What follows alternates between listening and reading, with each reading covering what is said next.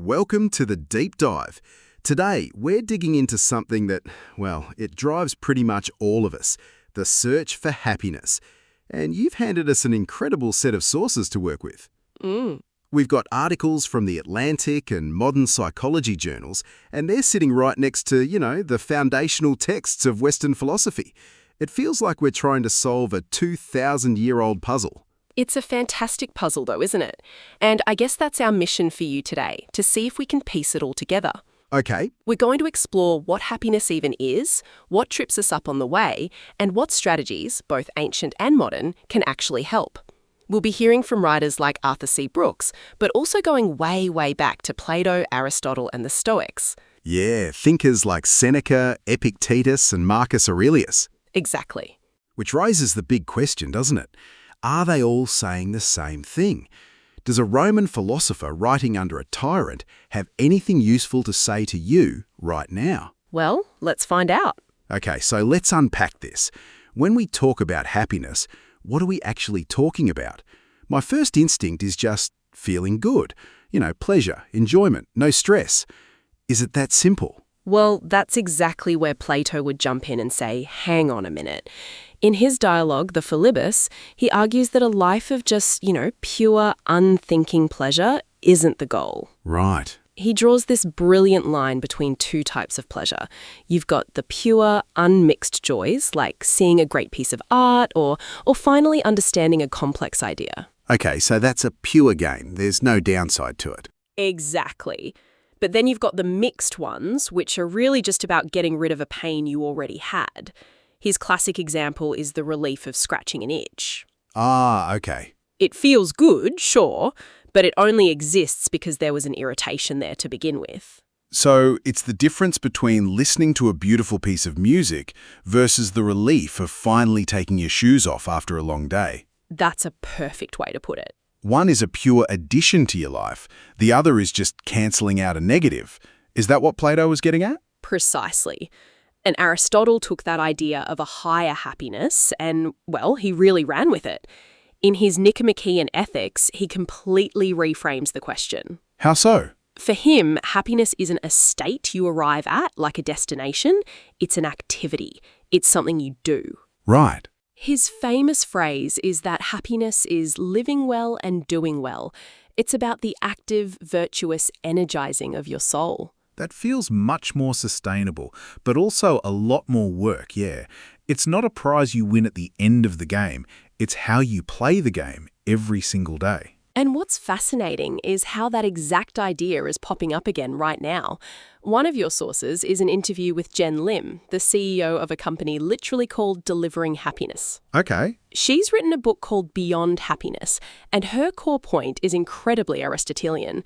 She says we need to stop thinking of happiness as this lofty final goal and instead see it as something practical, something we have to build into our daily actions. So both the ancient philosopher and the modern CEO are saying it's a practice, not a prize. It's not about avoiding pain at all costs, which is a huge shift from how we usually think about it. A massive shift. And this is where the Stoics really come into their own. The philosopher Seneca was one of the wealthiest men in Rome, but he was also forced to be an advisor to the notoriously unhinged Emperor Nero. Right, a pretty high-stakes environment. You could say that. And writing from there, he defined the highest good not as a fat bank account or a life of ease, but as a mind which despises the accidents of fortune and takes pleasure in virtue. So for him, happiness was an internal fortress, completely independent of all that external chaos. Exactly. And it sounds like your sources map out two very different paths then. On one side, you have this Epicurean idea, which is about achieving tranquility, sort of arranging your life to banish anxiety and maximize peace. Which is a valid approach for sure. Of course.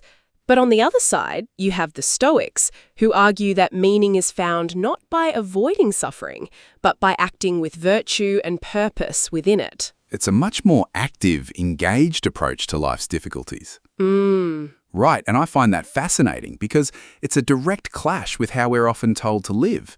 We're constantly sold this idea of a pain-free, frictionless life. But both the ancients and the modern science you've pulled together seem to agree that some of the biggest traps are the very things we're told to chase. Yeah, absolutely. Let's start with the obvious one, money. Seneca didn't mince words on this. He basically said that an attachment to riches is a guaranteed recipe for misery. And what's incredible is that modern research proves him right, point for point. Oh, really? Yeah. A 2017 study you included from the journal Personality and Individual Differences found a clear, direct correlation. The more materialistic a person is, the lower their well-being and the higher their rates of depression. Wow, a perfect echo across 2,000 years. It is. And it's not just about wanting a bigger house or a flashier car. The sources you've got show this obsession bleeds into our entire sense of self, especially with work. I was struck by this concept from The Atlantic called professional self-objectification. It's a powerful idea, isn't it? It's where you start to see yourself not as a person, but as an economic unit. Your value is your productivity. Your identity is your job title. That one hits close to home. It's that voice in your head on a Sunday night, isn't it? Not, did I have a good weekend, but am I prepped for the week? Your whole identity gets tangled up in that one constant nagging question, am I successful yet? And that's a dangerous game to play.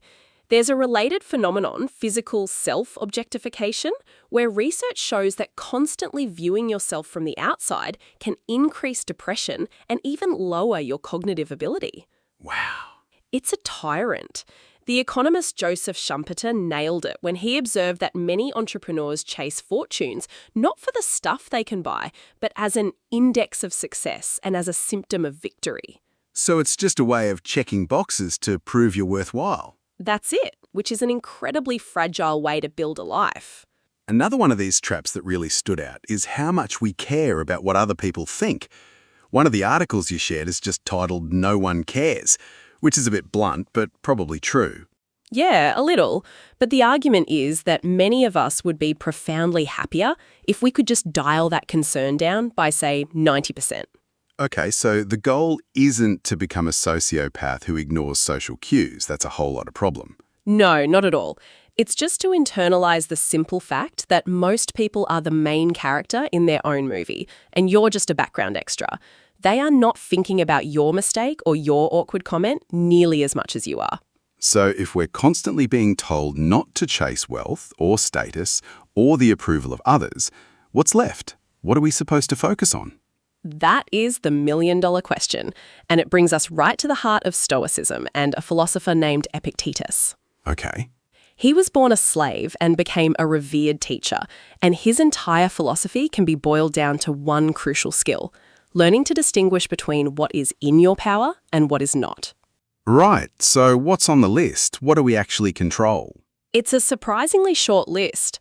According to Epictetus, the only things truly within your power are your own judgments, your aims, your desires, and your aversions. So basically your inner world, your thoughts and your choices. That's it. And what's not in our power? Pretty much everything else. Your body, it can get sick. Your property, it can be lost. Your reputation, people can lie about you.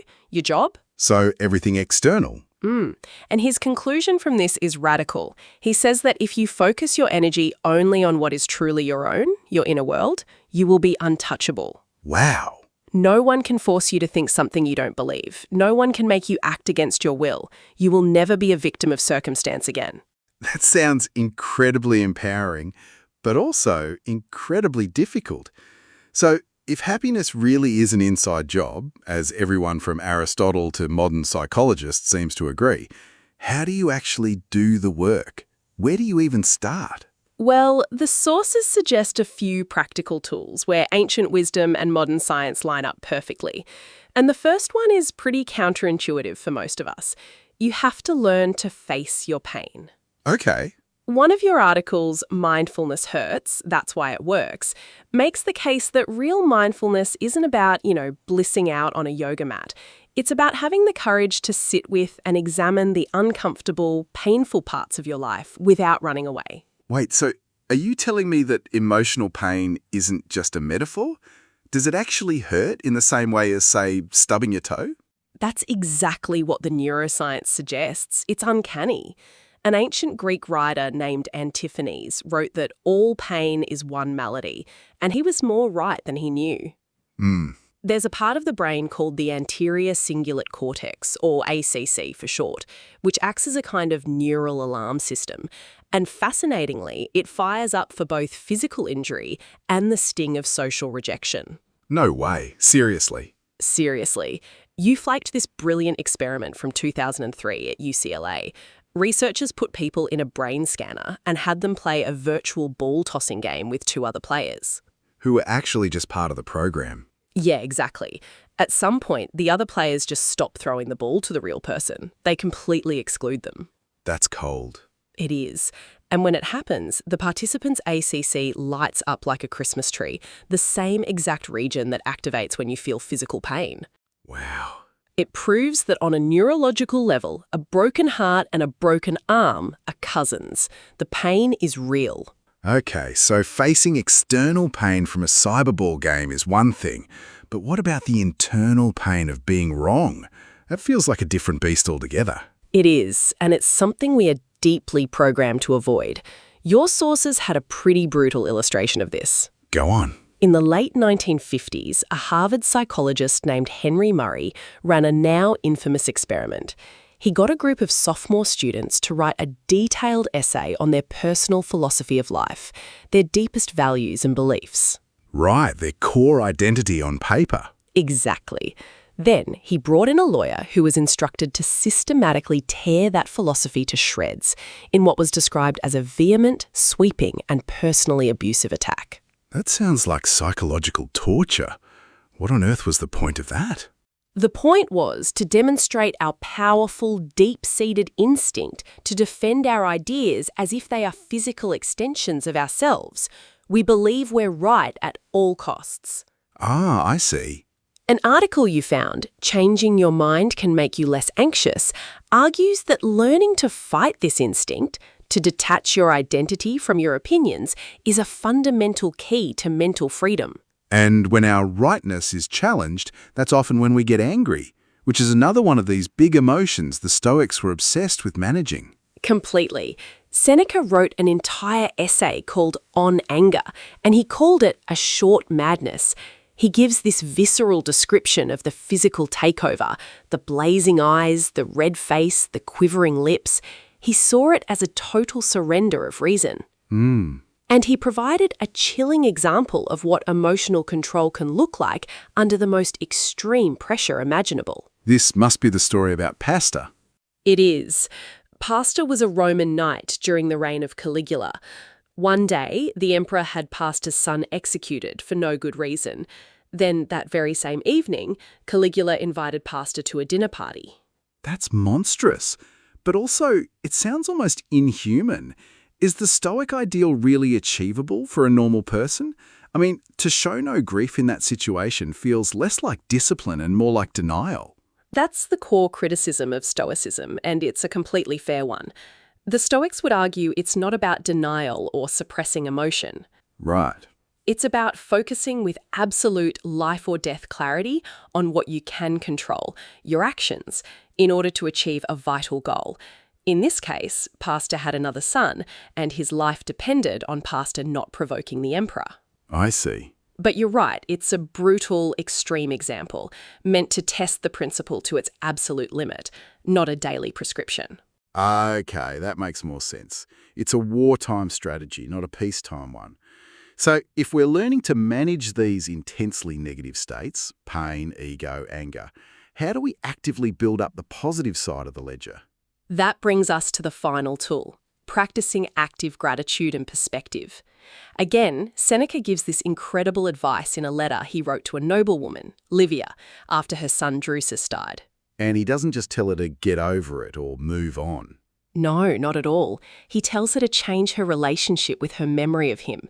Don't let it be a source of pain, he says. Instead, speak his name with pleasure and find joy in who he was. That's a powerful reframe. It's not about ignoring the loss, but deliberately choosing to focus on the gift. Precisely. It's gratitude as an active verb.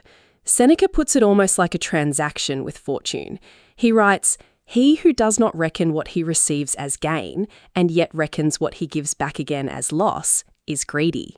So we should be grateful for the time we had with someone, viewing it as a precious loan, rather than being bitter that the loan was eventually recalled. That's the idea. And this connects perfectly to that piece of modern advice you pulled out, the one that says when you feel unhappy, do the exact opposite of what your instincts are screaming at you to do. Right. Instead of hiding under the covers, get up and exercise. Or instead of ruminating on your own problems, call a friend who's struggling and help them. It's the same principle. It's an action that shifts your perspective away from your own sense of loss and towards gratitude or service. So what does this all mean? When you pull it all together, what's the big picture for you?